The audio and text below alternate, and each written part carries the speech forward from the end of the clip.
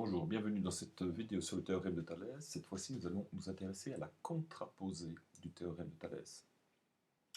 Alors à page 76, on a une activité de découverte qui nous dit que pour une configuration en forme de triangle, on obtient les rapports suivants. 7 tiers différent de 4 unièmes différent de 3 demi. Donc ici déjà, on observe qu'on a des inégalités et puis des égalités entre les rapports.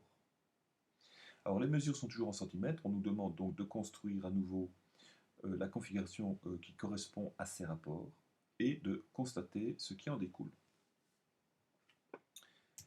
Alors ici, je le refais rapidement parce que ça a été détaillé dans la vidéo précédente pour voir comment on faisait pour construire cette configuration.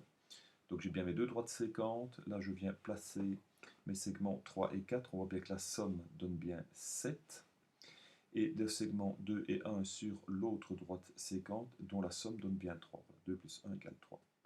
Maintenant, je vais tracer mes droites passant par les points B, C et D, E, et je vais observer. Voilà, j'observe et je constate quoi? Eh bien, que les droites B, C et D, E ne sont pas parallèles. D'accord? On voit bien qu'elles sont séquentes. Donc BC n'est pas parallèle à DE.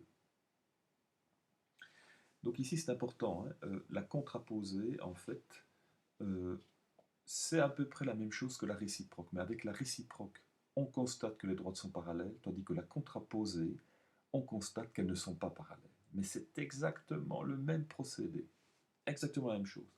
C'est simplement à la fin de l'exercice où il faudra justifier avec l'énoncé, avec le théorème qui sera soit la contraposée, soit la réciproque. Et donc évidemment, on n'a pas de situation de Thalès ici. Hein. Alors, l'énoncé nous dit quoi? Si des droites ne déterminent pas sur des séquences des segments homologues de longueur proportionnelle, alors elles ne sont pas parallèles. Donc, si ce n'est pas proportionnel, alors elles ne sont pas parallèles. Voilà. L'énoncé est légèrement différent de la réciproque, donc ça ne doit pas être compliqué, simplement c'est la négative ici. Et énoncé à connaître également. Donc si maintenant on prend un exercice avec une configuration en sablier, eh bien ça va être la même chose, je vais devoir vérifier les rapports des segments homologues afin de voir s'ils sont différents ou égaux. Donc là, est-ce que les droites AB et CD sont parallèles? Parce que c'est à ça que va servir évidemment la contraposée et la réciproque. Et donc je vais écrire simplement les rapports. Donc je vais tracer moi ma troisième droite, voilà, pour qu'on voit bien les segments homologues entre les droites parallèles. Je n'oublie pas de mettre en couleur chaque séquente pour ne pas se tromper dans l'ordre des rapports. Donc on fait toujours le bleu sur le mauve ou le mauve sur le bleu, peu importe. Donc là, je choisis de faire toujours le bleu sur le mauve. Alors attention, on met toujours bien les points d'interrogation parce qu'on ne sait pas si c'est égal. On teste pour voir si c'est égal.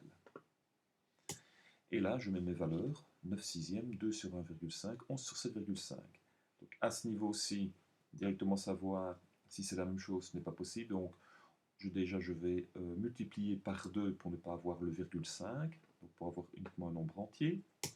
Voilà, j'ai 9 sixièmes, 4 tiers, 22 quinzièmes. Et quand je mets tout au même dénominateur, parce que réduire tout au maximum, il y a des fois c'est difficile de voir si c'est différent ou égal. Tandis qu'en mettant tout au même dénominateur, on voit bien que pour un même dénominateur, les valeurs de numérateur sont différentes. Donc, d'office, les rapports sont différents. Alors là, je conclus avec ceci, par la contraposée du théorème de Thalès, les droites A, B, C, D ne sont pas parallèles, elles sont séquentes. Donc attention, dans la vidéo précédente, on avait vu avec la réciproque, on observait, donc on constatait que les rapports étaient égaux, et on disait par la réciproque du théorème de Thalès. Donc les droites étaient parallèles. Tandis qu'ici, c'est différent, et donc on change le mot réciproque par contraposé. Donc les situations sont toujours les mêmes, c'est simplement la conclusion ici, hein, d'accord, la justification qui est différente. Soit c'est contraposé, soit c'est réciproque. Voilà, cette vidéo est terminée. On se revoit pour la prochaine, à bientôt.